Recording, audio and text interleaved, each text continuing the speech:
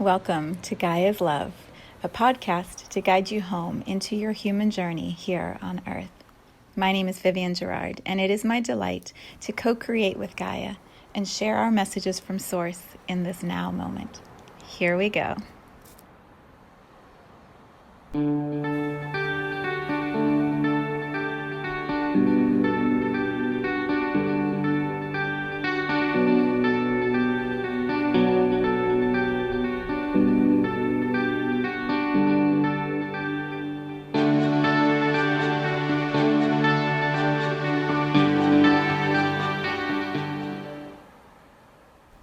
Episode 412.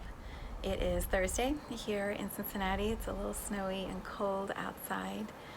And I am coming to you again from my new meditation podcast room. It is still in process. We have decided, my husband and I, he made this beautiful suggestion to put together a different set in the backdrop. So it's in process right now. We're going to have a big, beautiful wooden tree that's going to have a trunk up over here on one side and then branches that will spread out above my head on the top, and then a little bench chair underneath for me to sit and do the podcast. So you are in the in-between with me. We have the design, it's in process, and also I'm sitting here on a cushion on my meditation mat with my back up against the wall and my Buddha above my head, the dragon holding the phone in place. There's lights I need to buy and a microphone and all of this work that's going to happen. So my intention is by 2022, when we come back for the podcast in January, it's going to be maybe all the way complete, but very close. I'm so excited for you to see what we're dreaming into being and to feel the vibration of it when we have that new space set up. But right now, it's looking unfinished.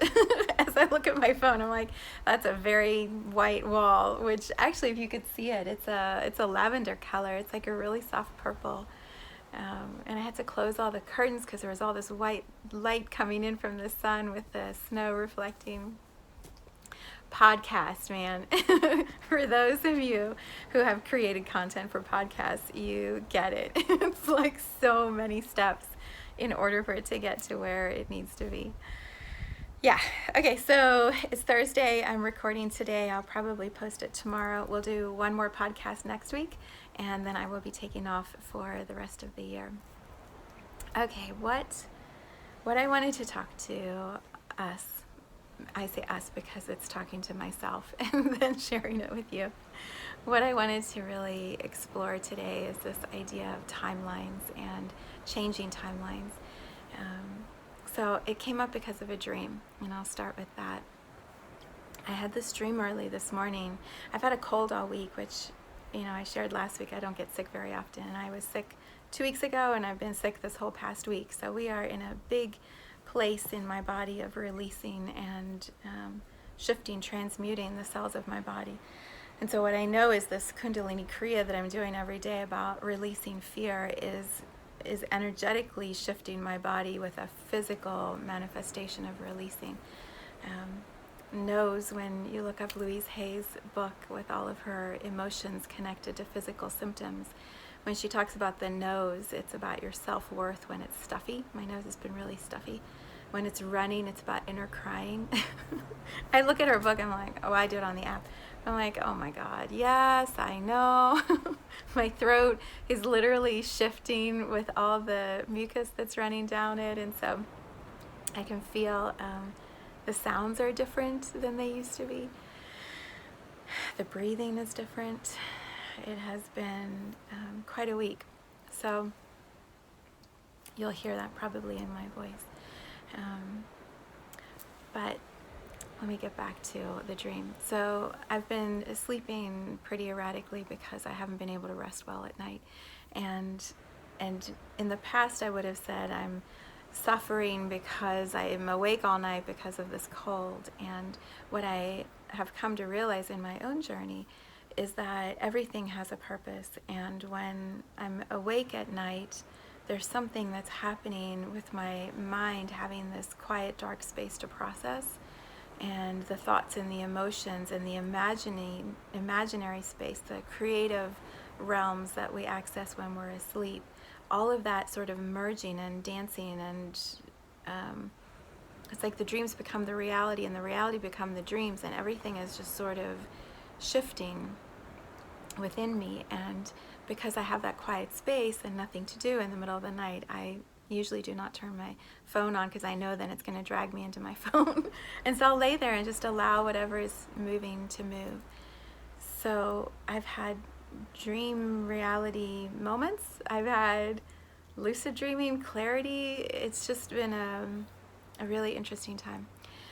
Last night, I slept pretty well, but I woke up and was right in the middle of this dream, and so I remember it very clearly. And also I know it's meant to teach me something in this moment, and that's why it's still in my awareness. It's not processed and released. It's like right here for me to explore more. In the dream, I was at my home, not this home, but a home that I knew was mine, and I was welcoming friends into my home, people that I hadn't seen in a while. And this one person came in. I don't know who it was. I know I knew the person, but I don't know in this life who that person is yet. I feel like it's someone new who's arriving. But this person came in, and when I greet people in my home, I almost always hug everybody. It's just how I greet those that I love and welcome them into my space. You know, our heart's chakras are the arms extended, and so when we wrap someone in our arms, we're bringing them into our heart space. And so that's usually what I do. People come in the door and I'm like, yay, I'm so glad you're here. And I was doing that with everyone who was arriving. There were multiple people. And then this person came in, and I remember just automatically going to hug the person and immediately having this recognition of, oh, it's you, I know you. Oh, you. One of those reactions or connections, which has been so validated by the memes, the images, the stories, the videos that keep popping up as I have been on my phone over the last few days. There's a great video I shared by Aubrey Marcus. It was in my story on Instagram, but you can find it anywhere, I'm sure, on Aubrey Marcus's page. It's a beautiful video that he had animated and then put a score to it with John Hopkins, which, I mean, talk about up-leveling in animation. Just have John Hopkins do your score. That's like a goal in life. And it was about this tribe of souls, and they were sent to Earth to help change the energy, to transform the consciousness of our planet. And it's a beautiful animation of their story and what it feels like to be here and to be lost and not have that remembering of who you are and who you were as a tribe.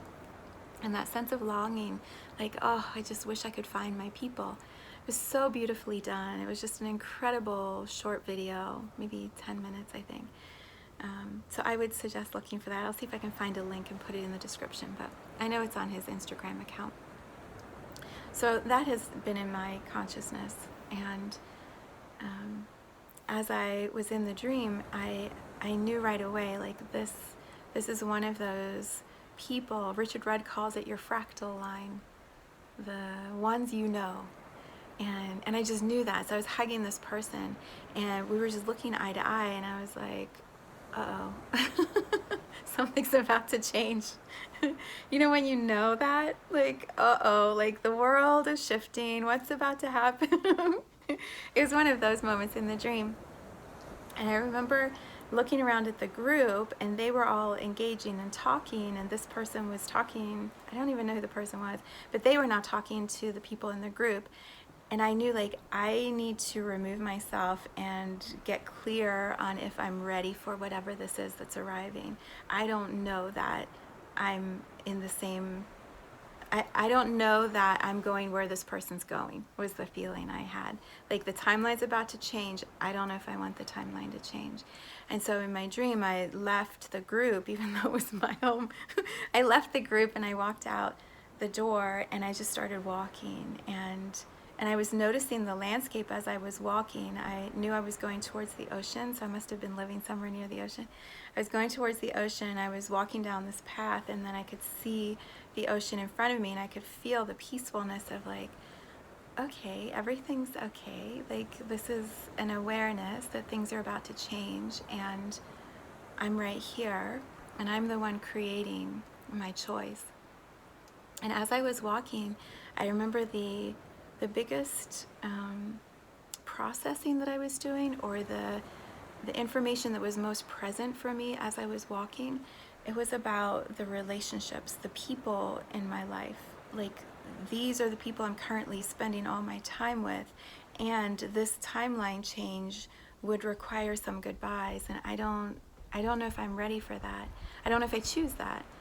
And so in my dream, I was playing out, like, staying where I'm at in the dynamics I have going, or changing and going in this direction and feeling those dynamics, and being very aware of the crossroads that it felt like was being presented in the dream, and not coming to an answer. I think that's why when I woke up, I realized, like, there's more here for me. This is just the first little crumb on the path that's going to take me into some decision making, and also it's an actual marker. It's a planting of a seed of consciousness that something is going to be changing if I choose. And so I've been sitting with that all morning. Like, how do I feel about changing the timelines, and how would that play out? So I bring it here to the podcast space where I can process it and see, and then also have it as a vibration that's going out into consciousness, which is what all creations technologically do, right? When we make a podcast like this, it's an energy, a frequency that goes out and then pulses and touches where it needs to, and then it realigns and matches with us the next steps in our co-creation. So a few things that are coming to mind as I share this. The first one is Richard Rudd and the Gene Keys.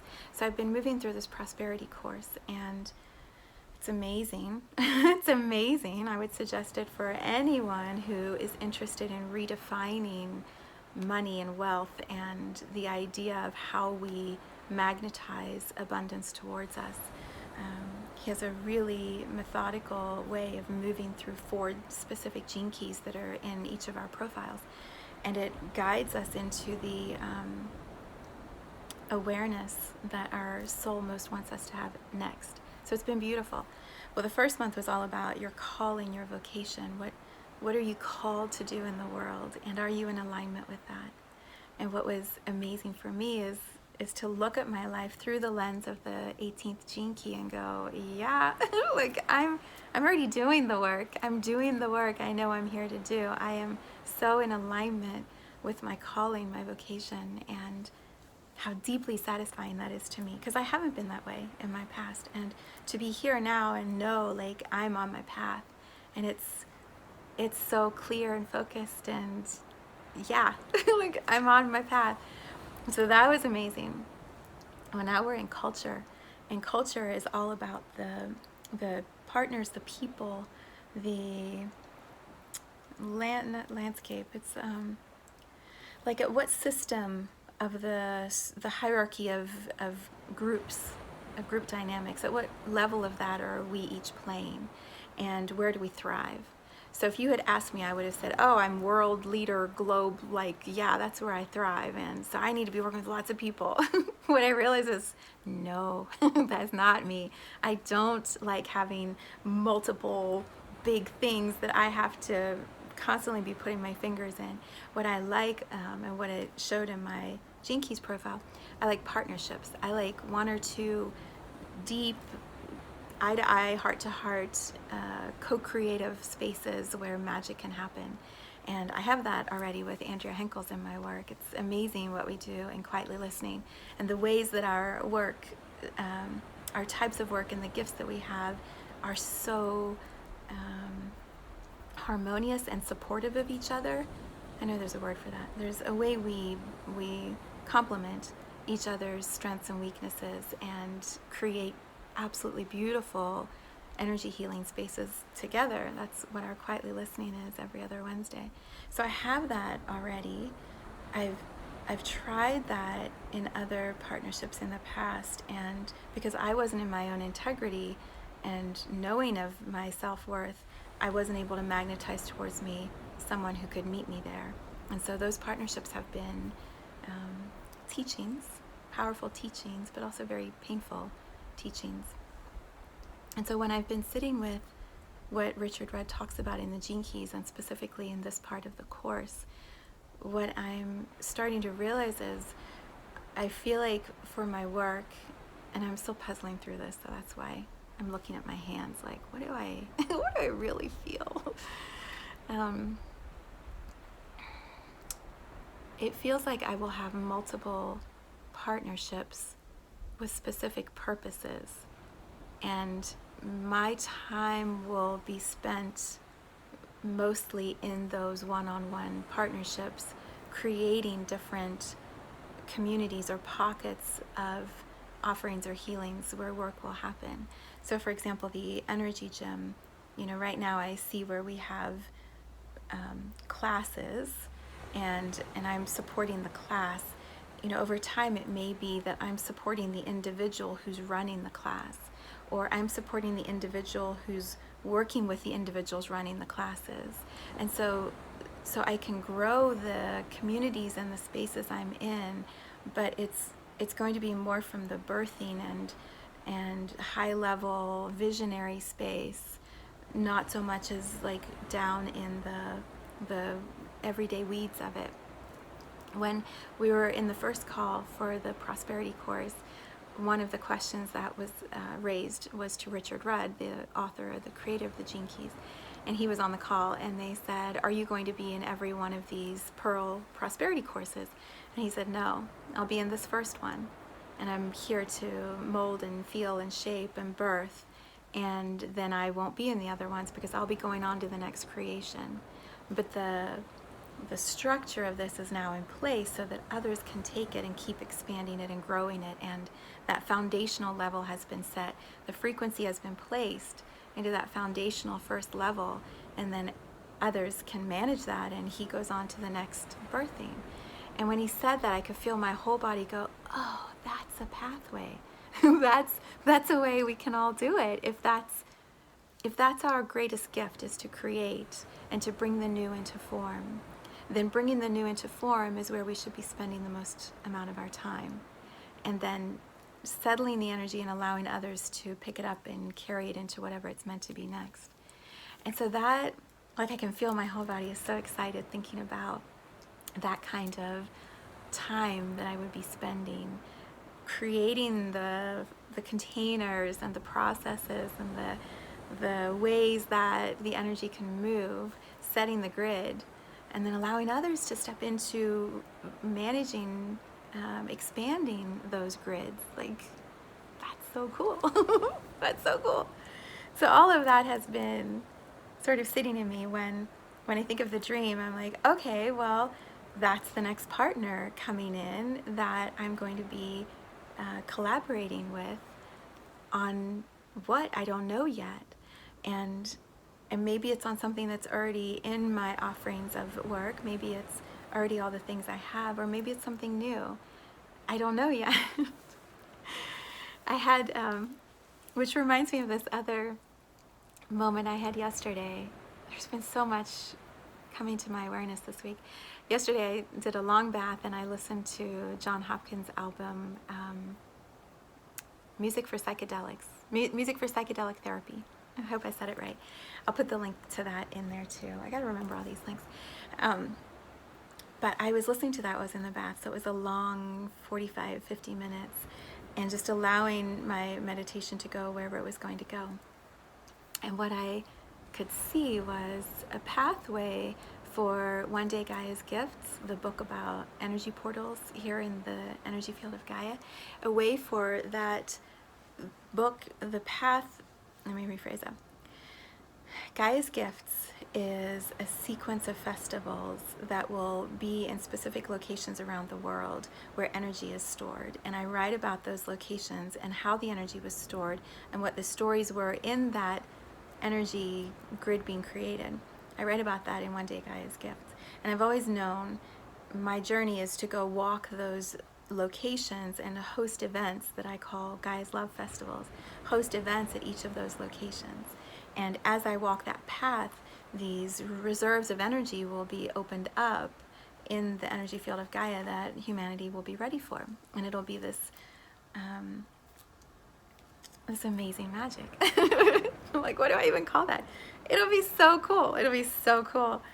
And I already feel it. So we started that. We have done one here at my home, and then I've done 2 of the ones that don't actually have a location, where I read those stories, those chapters, and described how we access that energy. It's an internal experience. But there are physical locations to go to. And so yesterday in my bath, I was like, okay, well, if I'm meant to be birthing the energy and really allowing it to move through me, then the logistics I need help with, like the actual setting up a place and finding the vendors to feed people the food and provide bathrooms, like all the stuff, we're gonna have to, like Burning Man is a whole different energy. But Burning Man comes in, everyone brings their things, they set up their own space, and then they leave, and everything is better than when they arrive. There's no waste, and it's a city, and then it dissolves itself. That's not the type of festival I'm seeing. It's different than that. But there will be logistics to manage. So I'm like, if I don't see the logistics being managed by me, then I would need a partner to come in who would be managing the logistics and thrive on that, be delighted at the opportunity to co-create in this way with me, which again goes back to my nose clearing, because self-worth, me sitting here thinking, who am I to write this book and send it out and then expect someone else to do all the work? But that's how it works in a partnership. One is providing one energy and another is providing another, and both are incredibly valuable and symbiotic. They work together, they support each other. So I was laying there, I'm like, who would like to do that? I'm like, Aubrey Marcus would be great. Aubrey Marcus and his team, this would totally be up their alley, like a documentary that describes these energy portals and then is there to witness the portal being opened at the festival and the co-creative energy that will birth and flow from that. So that was fun. So I have this knowing that part of my intention for next year, when I'm setting my intentions, is a vision board about the pathway of those festivals and calling in, if not Aubrey Marcus, a partner like that who has the resources and the team of people and the interest and the follow-through to bring this into reality. When Richard Rudd was talking about the birth of the Gene Keys, there was someone on one of my community calls who had been with him from the beginning, this beautiful gentleman, Peter, and he said, I was there when he was just talking about all of this. And part of this man, Peter's work, has been to be the agent, as he calls himself, to bring the people together that would support the structure being put in place for Richard Rudd to now have this platform where all of us get to show up and receive his teachings, apply his teachings, and then go create from there something magnificent that has expanded because of the work that Richard Rudd created. So I can feel myself tapping into the potential of that with One Day Gaia's gifts. The ripples that will move and flow from that energy being opened around the world in a sacred way by those who respect and honor what has been planted energetically for the moment of awakening. So there's all that was coming through. I mean, just so much goodness. So much goodness. So then there's also been this journey I've been taking this week on choice and timelines and life and death. It's played out in the story of a beautiful friend of mine who transitioned last week, and just the process of grieving that I've been going through. I know many who knew him and loved him have been going through. And then this idea of timelines, how timelines are co-creative, and just like in the dream, this person shows up, and that arrival of that energy activates this awareness in me that the timeline could potentially change if that's what I choose, knowing that's what I choose.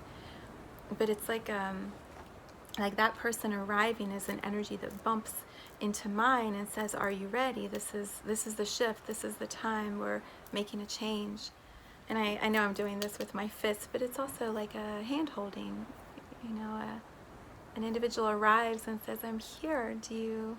Almost like they're holding their hand out to raise us up, hold our hand and help pull us up to a different timeline. At least that's how it felt in the dream.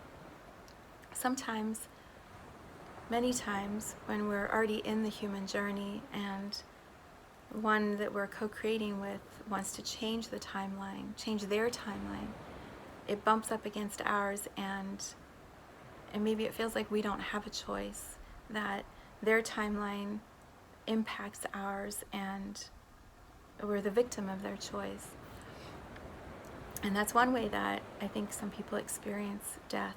It's like a parent, like a mother or father dies, and the child, the grown-up child, I know grown-up women and men in their 50s that still feel this way. Like, I wasn't ready, I didn't want you to leave, and you left, and now I'm suffering and trying to figure out how to be here without you. And that experience of death is paralyzing and overwhelming and can drown us. And so when I was feeling into timelines this week, I guess it's the same story as last week when I was talking about fear versus love. When I see every relationship that comes into my life, whether I know the person for an hour in a session that we have on the phone and then we never speak again, or someone who is in my life multiple times, multiple years, and then the relationship ends or they die, or someone who's by my side all the time, every relationship that arrives in my life I know is here to teach me, to guide me, to help me know myself better. And when I can view every one of those relationships through a lens of love, even if I have to start at the soul level before I can actually access that at the human level, if I can feel at the soul level, this soul is willing to be in my reality and invest their time and their attention at a soul level on me, that must be for love. That lens can change every single relationship in our lives. Every single relationship. Even the ones where, I've had many people who have not been nice to me, and many people I've not been nice to. I'm not perfect at all. I have many flaws. But when I think of some of the people who have been such powerful teachers in my own journey, it has been through like a hard stick, not physically, but like a hard stick of teaching where they've had to hit me over the head or beat me where I feel like I have nothing left, and then I find that inner reserve of strength and rise up stronger than I was before. Those types of relationships that seem in the human realm to be so challenging and so difficult have been the ones who've loved me the most, and have, at a soul level, have invested such time and focus on supporting my growth, on strengthening me, on teaching me about vulnerability and courage and compassion. Like, I know that has been one of my main focuses in this lifetime. Compassion for myself, for how screwed up I believe I have been, and how, it just comes back to like loving myself, having compassion for myself and loving myself. And the more I learn to do that for myself, the more I'm able to extend that to other people. It's amazing. It's just amazing. so when I feel into death and that timeline change, where it may not be what we wanted, it may not be the time that we thought was the most optimal, and yet if we can look at it through this lens of love and know, absolutely know that every single soul is here with love to guide us and help us and support us, that there must be healing and love in the way that okay, so my video cut off right as I must have been saying those words. I was talking for another, I don't know, 5-10 minutes, and then looked at the clock and realized my video camera had stopped recording. So I feel like that is such an acknowledgement of the power of the soul who has transitioned, that just wants to communicate with me and say, I'm right here, and yes, everything is for love. And so let's emphasize that the moment of the ending is always chosen with love. So I don't remember what I was saying after that. I literally have just been sitting here for a few minutes like, what just happened? The video just completely cut off. Love speaking through technology. Isn't that incredible? Timelines. Let's go back to my dream. I feel like that was enough of a statement about love. When we have a massive aha, or when the exclamation marks are emphasized so powerfully in our human reality, whether it comes through a dream or it comes through death or it comes through illness. Sometimes it's through a move. We change the set. We have to leave. We choose to leave an environment that we've been in for a while and change everything and settle into a new home, or move to a new city or new country. Sometimes it's just through a job. We leave one job, we move to the next job. Each of those are timeline changes. It's where our soul is saying, you've been in this one vibration for a while, and now the vibration is ready to change. And there's more to learn. There are new players, new characters to come into your story. And so let's change the energy that you're in.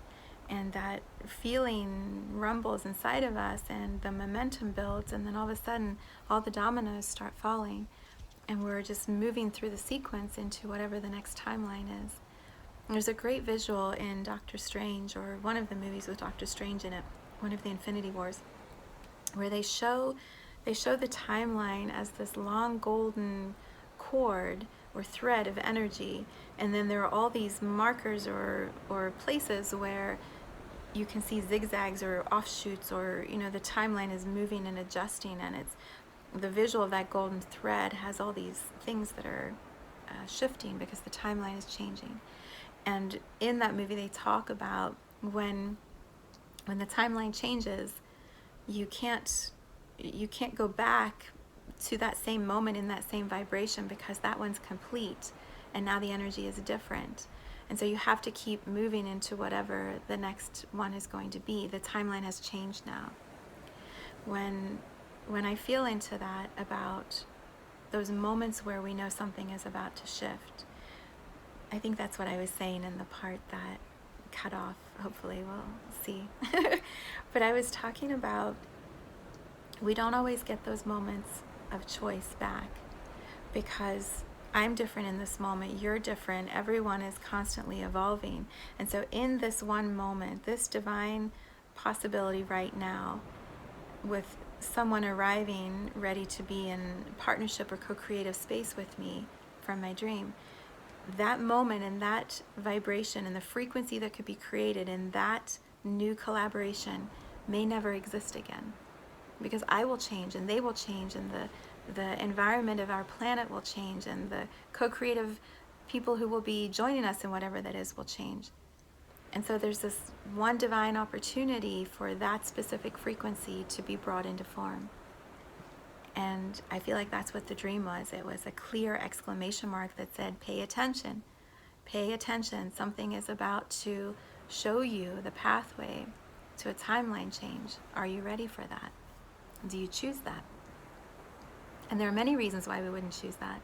Fear, doubt, all the self-worth that I've been feeling, right? I can't remember if I talked about one day Gaia's gifts before. I think I did, before the video cut off. Oh well, if I didn't, I'll bring it up another time. But there's ways that individuals will arrive because in our lives because something specific is ready to be brought forth through us, and we can be ready for that and step into that and play in that way, and something magical will happen. Or we can hold back. We can say, no, I'm not ready for that. I'm not interested in that. Maybe it will come back again, and maybe it won't. And one of my gene key profile, my main gene keys, talks about divine timing, to be ready for when the divine moments arrive so that I can step into birthing whatever it is that's meant to be next. If I'm sharing all of this with you, it's because there must be some match in your journey. So may my dream inform your dreams, because perhaps there's someone arriving who's going to be that key player for you in whatever is happening next. It's so exciting. It's so exciting. I can't believe all of that cut off. Well, apparently it wasn't necessary information, and I'm saving you having to listen to it. I can just feel my friend laughing at me like, you think you're so smart. We've got technology way more than you do. We'll cut that off right when it needs to be cut off. Emphasized about love is always the way that birth and death happen, even if we don't understand it, even when it seems horribly unfair. So the other nugget I just want to share, and then we'll wrap up. One of the, I think I might have shared this last week. Maybe I did. One of the favorite things that I do each year is the meditation. I'm not even going to call it that anymore. The energy session that I host at the end of one year and then at the beginning of the next year, to wrap up the experiences that we've had. For example, now at the end of 2021, December 27th, we're going to wrap up the energy of this past year by walking our way through it and looking at it and feeling the key moments in the journey and gathering the gifts from it and releasing that which doesn't serve, so that our systems, our energy, mind, body, soul system is absolutely peaceful, or as close as we can be to fully peaceful with what this past year has brought us. Beautifully tying it in a bow and a ribbon. And then in the new year, in 2022, on January 2nd, we step into putting our energy out in front of us, rolling out the red carpet for the new year, and feeling the possibilities all the way through till December of 2022. Not locking in a set way it has to be, but creating the expansion for the possibilities to arrive. And so I've been feeling those two calls for a while and wondering, like, what's the energy of each one going to be? And today I had this huge aha about music as part of it. I've been using music as a backdrop for my new moon meditations. I'll create a Spotify playlist and then do the meditation for the new moon, and then you can listen to both, and it's just this awesome multi-dimensional sound experience of healing. But I haven't done it for a full hour in this way, and so I'm really excited. So I created the playlist. I didn't know it was going to be the playlist for this session, but it is. I created a playlist a few weeks ago called I Am Here, which is on my Spotify account. If you follow me on Spotify, you'll be able to listen to it. It's Viv-Gerard, I think, or underscore. I think it's hyphen, Viv-Gerard. But it's called I Am Here, and it started as I was journaling. A couple weeks ago I was journaling, and I had my music going, and these songs came in a very specific order, and I loved them, so I wrote them, I put them into my Spotify playlist and wrote the titles down, and then went to research, like, what do these chants actually mean, because some of them feel like very heavy old chants, like, what do they mean, and what is the purpose of the chant?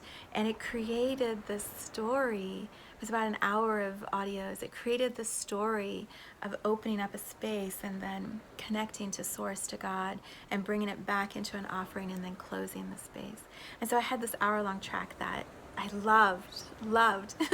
And so I started doing that track when I was doing my Kundalini Kriya for releasing fear and increasing self-reliance. And so I've been listening to it.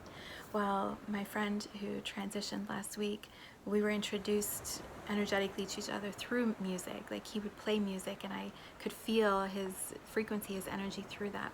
And so music has been a language that we've played with in our friendship over years, and over the past 2 years. And so when I found out that he had transitioned, I was journaling a lot on Sunday and listening to music and crying and writing and feeling all the emotions that come with that shock, with that surprise of someone you love no longer being available in the physical. And so I started just listening to the music and adding it to the I Am Here playlist, just adding it, because I could feel the love that continues after death speaking through the music. And so this I Am Here playlist is now, I think, 3 hours of music. It's so beautiful. The songs are so beautiful. The music, the vibration is so beautiful. So that is going to be the backdrop for our energy session for completing 2021, which feels so beautiful and so in alignment. And then this morning in my bath, I was listening to John Hopkins' album again, Music for Psychedelic Therapy. And I was like, oh my gosh, that's going to be the album for what we're going to tune into for 2022. The very first song, it's not even a song, the very first piece of music is called Welcome.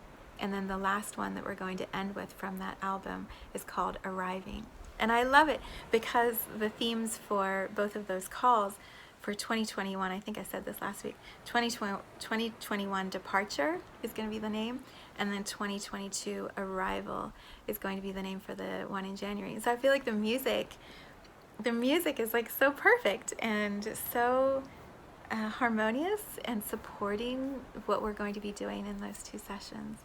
So that's what I'm going to do next. I'm going to go create all of that, and I will put the links to those in the description for this call. I invite you to put those on your calendar, to sign up for them, to share them with your friends so that they can sign up for them, and let's have lots and lots of people all putting our focus on completing 2021 from a place of gratitude and love. Departing the old energy with grace and with ease and with respect and reverence for what it created in our journeys. And then setting the portal opening for 2022 so that as a community we have this infinite possibility of what we can co-create next year and beyond. So I'm really excited about this. So that is part of the gift that has been flowing through this week. And as we talk about changing timelines, it feels important to name the timeline of the calendar year, as well as the energy timelines that we've been talking about today. All right, we're gonna see how these 2 separate videos merge as we talk about departure and arrival. We will see how these 2 blend together. I trust it will be perfect, but I want to say I dedicate this podcast, but it's not the right word. I really honor my friend in this podcast for the beautiful impact that he brought into my reality and all of the gifts that I will continue unpacking from knowing him. And I just send such blessings and love to all who loved him and knew him, and especially to his family. So, yeah, here's to love. Here's to love.